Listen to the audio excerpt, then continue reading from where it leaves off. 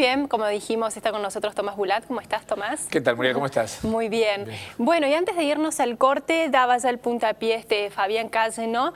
Poniendo de relieve la importancia de la economía mexicana, ¿no? Más allá de lo que están viviendo con este drama puntual, sí, la fuerza que tiene en el claro, negocio mundial. Yo lo sé. Digo, para que le sepamos los argentinos, bueno, México tiene 100 millones de habitantes, o sea, un poquito más de 100 millones de habitantes, es más del doble de lo que es la cantidad de habitantes que tiene Argentina, y tiene una economía que es 3 veces y media la economía argentina. O sea, México no solamente es mucho más grande económicamente, también en PBI es mucho más importante, con un vínculo comercial desde la firma del NAFTA, o sea, del Acuerdo de Libre Comercio, NAFTA es en inglés, ¿no? North American Free Trade Agreement.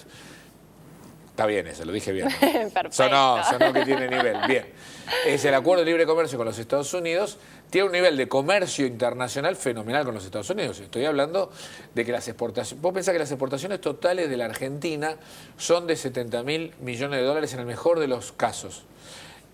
México tiene un comercio con Norteamérica de 200.000 millones de dólares, solo con los Estados Unidos. Solo con los Estados Unidos. Exactamente, está bien. Es lo gordo de México es con Estados Unidos. Pero, digo, son 210.000, ahora bajó con la crisis, pero estamos en 200.000 millones de dólares.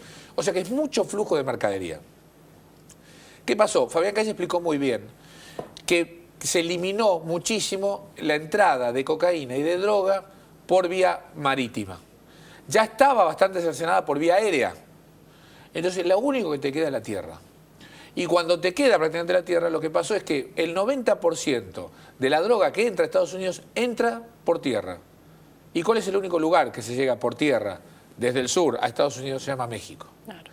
Entonces, de hecho, estas cifras del 90% son estimaciones del 2006. Cuando vas a estimación del 2004, era solo el 70% por tierra. Entonces, el volumen de negocios del narcotráfico ha crecido enormemente en México. Por más que en Estados Unidos no consuman lo mismo, el problema está que se convirtió en un lugar obligatorio de paso. Claro. Entonces, ¿cuánta es la estimación? Bueno, los cálculos estuvo haciendo Fabián. La cantidad, 1.200.000 panes, el precio que vale para cada pan. El total es 70.000 millones de dólares de venta, a precio de Estados Unidos. El precio mexicano es más barato, porque también hay que incluirle todo el costo de comercialización de los Estados Unidos, que a veces lo tiene la mafia. La propia, digamos, los propios carteles mexicanos también tienen parte de la comercialización en los Estados Unidos. Porque el negocio grande, y esto hay que verlo, está, una vez que entró en Estados Unidos, en el comercio minorista. Claro. Entonces también se están agarrando el comercio suben los precios minorista. ahí, ¿no? Claro. Entonces, ellos son los encargados de entrarla, pero también de ser los responsables de la comercialización interna en los Estados Unidos.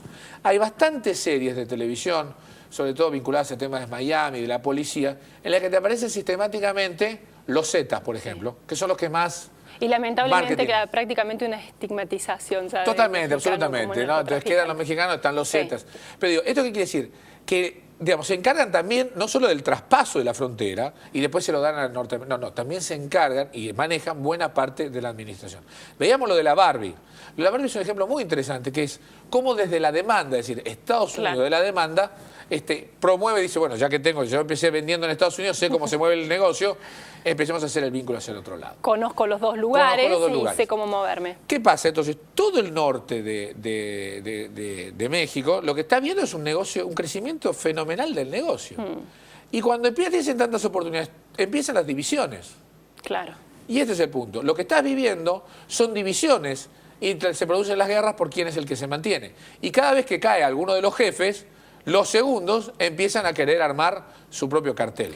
Tomás, nos estamos yendo ya a la pausa, pero no me gustaría que nos vayamos sin antes preguntarte, aunque sea brevemente, ¿cuál es el impacto en la economía genuina de estos millones de dólares que se mueven, ¿no?, en el mercado negro? Para los cálculos mexicanos es que los ingresos en dólares por la droga es el cuarto ítem de ingreso de dólares en México.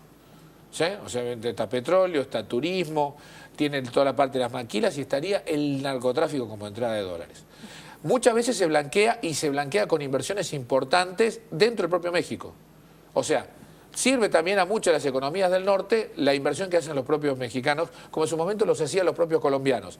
En cadenas que tienen que ver, y esto también es importante saberlo, Así que reconstrucción empiezan a tener que ver también con conseguir el consenso social del territorio. Es decir, ¿qué empiezan a hacer? Empiezan a hacer farmacias, empiezan a hacer cosas que les sirvan sociales, como hospitales. Pablo Escobar, ¿no? En Colombia. Exactamente. ¿Por qué? Porque también necesitas tu reconocimiento social. El problema está que la guerra entre los narcos está poniéndose muy fuerte y le está impidiendo el orden. Ese orden todavía no lo tiene México. Muchas gracias, Tomás. Por favor. Quédate conmigo, así vemos la revista al volver de la pausa. Un revistón tenemos. Ya venimos.